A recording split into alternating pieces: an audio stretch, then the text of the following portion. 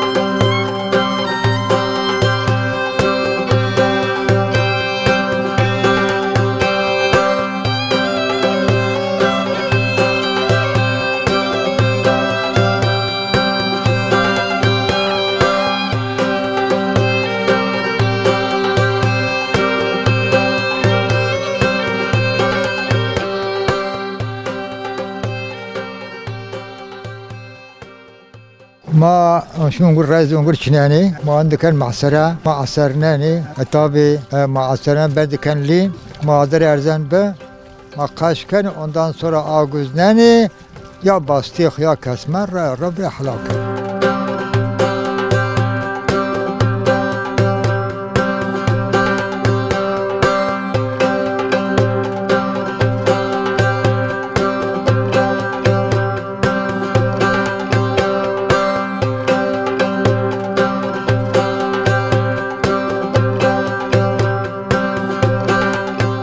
Yani göre kazanma hiç kası. Tabii kesme madde sonra İstanbul, sonra Ankara, sonra Kur'an, Yuskura.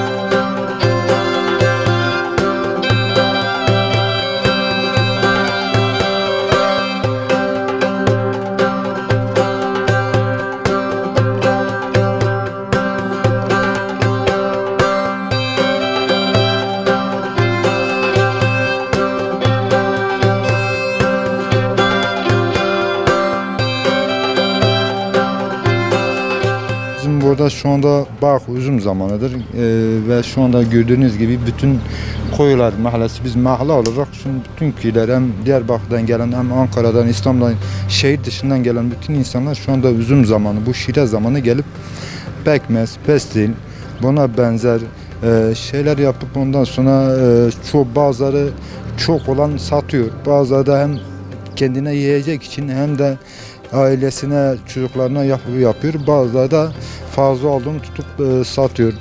Ve bu şekilde yaklaşık 15-20 gün bu şekilde devam ediyor.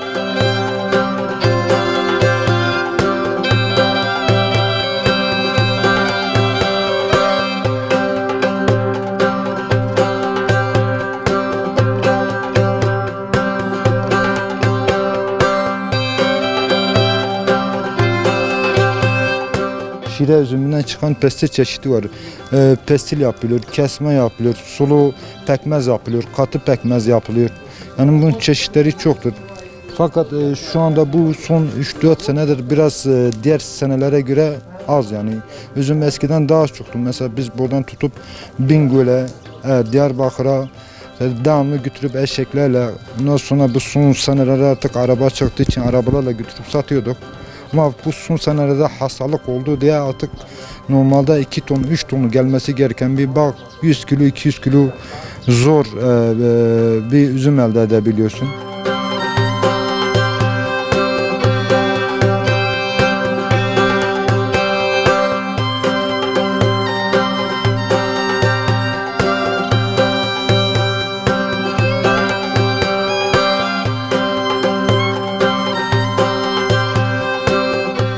Şimdi bu helvanın şu anda pestil dışında 2-3 çeşidi daha var. Çeşidi ne derseniz de sorsanız deride biz kesme diyoruz azaca. Onu yapıyoruz. Kesme nasıl yapılıyor? O da aynı bir şekilde un katılıyor, dillendiriliyor ve aynı şekilde süzgeçten getiriliyor ve kazanın içine koyuyor. Kazanın içinde bu pestil pekmezi biraz daha suludur. Ama o kapkatı olması lazım. Biz kapkatı yapıyoruz. Kapkatı yaptıktan sonra en az 2-3 saat o kazanın içinde kuruyana kadar çeviriyoruz. Çevirdikten sonra onu komple o kazanın içine çıkartıp alüminyum leğenlere dolduruyoruz. Alüminyum leğenlere 2-3 gün içinde kalır, dinleniyor ve koruyor. O alüminyum leğenlerin içinde kuruduktan sonra biz onu çıkartıyoruz. O leğenlerden temiz evin üstünde temiz bir bez varsa ve kasalar varsa kasaların içinde bıçakla tane tane kesiyoruz, onların üstüne koyuyoruz.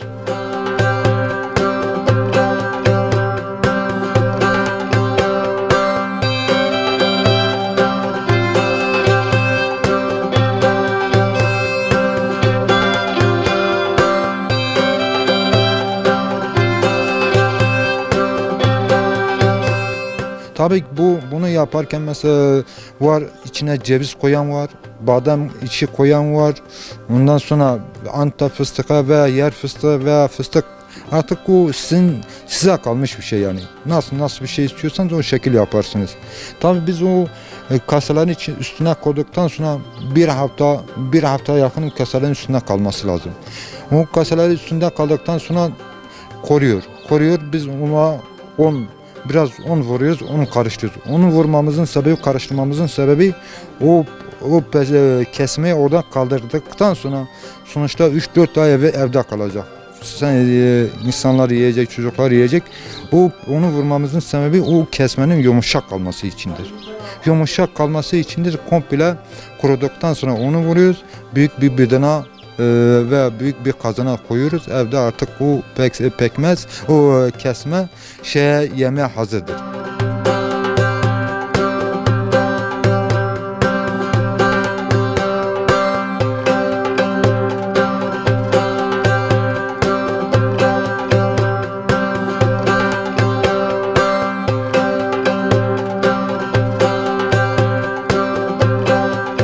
Diğer çeşidi var, diğer çeşidi helva biz diyoruz yine.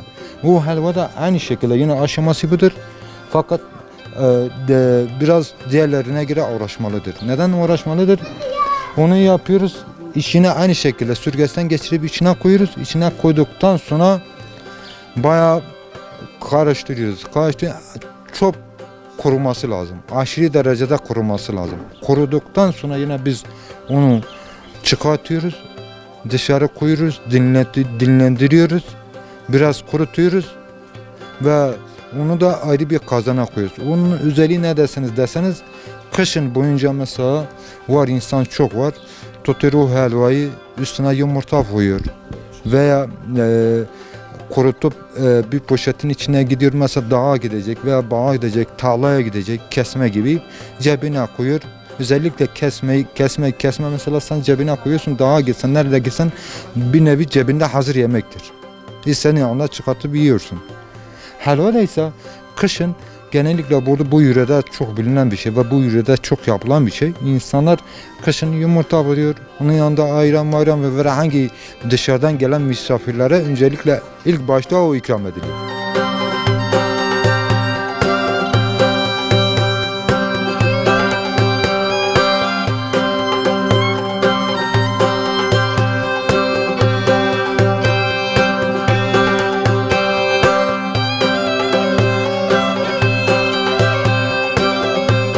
Bundan sonra zaten aşımız şu anda bir de şembile aşaması var. Tabii ki onun şembile aşaması da bu ceviz oluyor, badem oluyor, yine fıstık oluyor.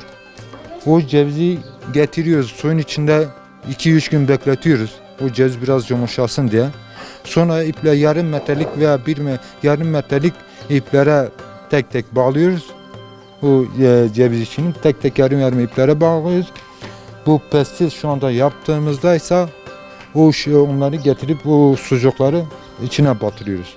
Bir sefer batırıyoruz orada bir 10 dakika götürüp asıyoruz uzun soğumasını bekliyoruz. İkinci sefer tekrar batırıyoruz artık o kıvama geliyor ve götürüp şu anda karşıda gözüküyor asıyoruz artık. Kuruduktan sonra zaten artık hazır yemektir.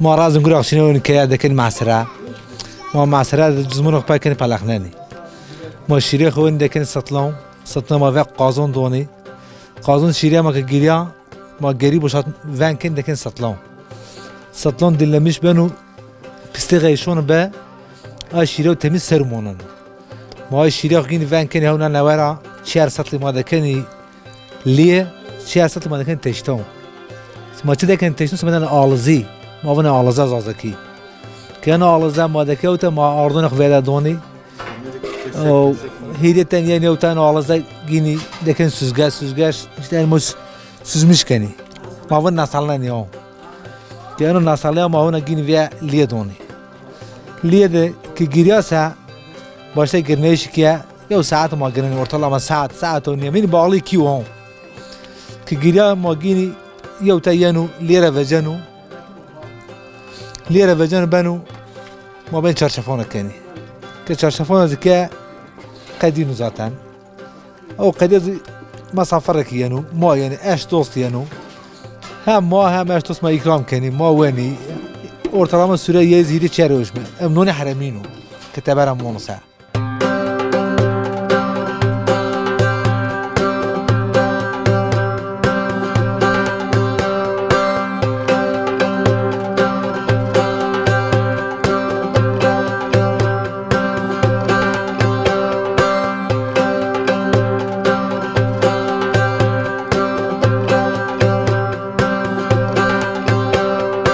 والله ما حريده الشلاء ما قرناني قاش كاني على زفرزين دكاني وما شملو جوردون برو لقماني و يعني خلاطاتان اي موج ما بين صنجوقي شمللي ما اي ثمات باستيقي تشافورا كان تنتفشاني دتنس برا كان وش كاني فجاني ترى درا كاني باستيقي تكاني تبان روشاني دي تواني مسافرك بيت دونديا و فایده ایوی زمستون خورد زمستون برین زمستون زمستون برینو و یعنی چی کردند önemli yok çikeko mal hazır hun. Ya misafir tu ver ticadan ronun ye dindiko an ronun veni produşun.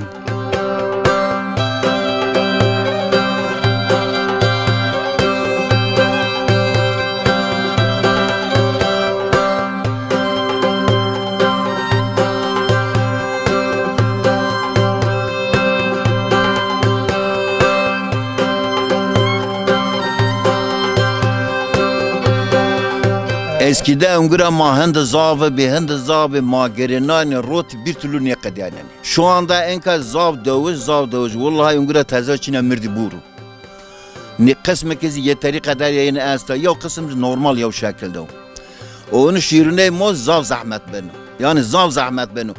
Ma vaj eyruk ma bastık beki bestilon bastık ma beki en az 7-8 kişi gere mirdim dedi. Yani rahat ne ben. Tiyadayı şey Gera çarşafı tavşu toy pıraki toy avtatiydi toy koşkisiye yani zav uğraşmalıyım. Bunlara en uz vaş ruşani nara en kan toy sakta vroştu toy sakta hem bakmaz hem bestiliye. Ay sakta oni merek bunu kiloya dest kağıdı vist kağıdı yine yok gömüşün ey mozine benu ne zonik ma sağlam vroştu ma dürüst vroştu.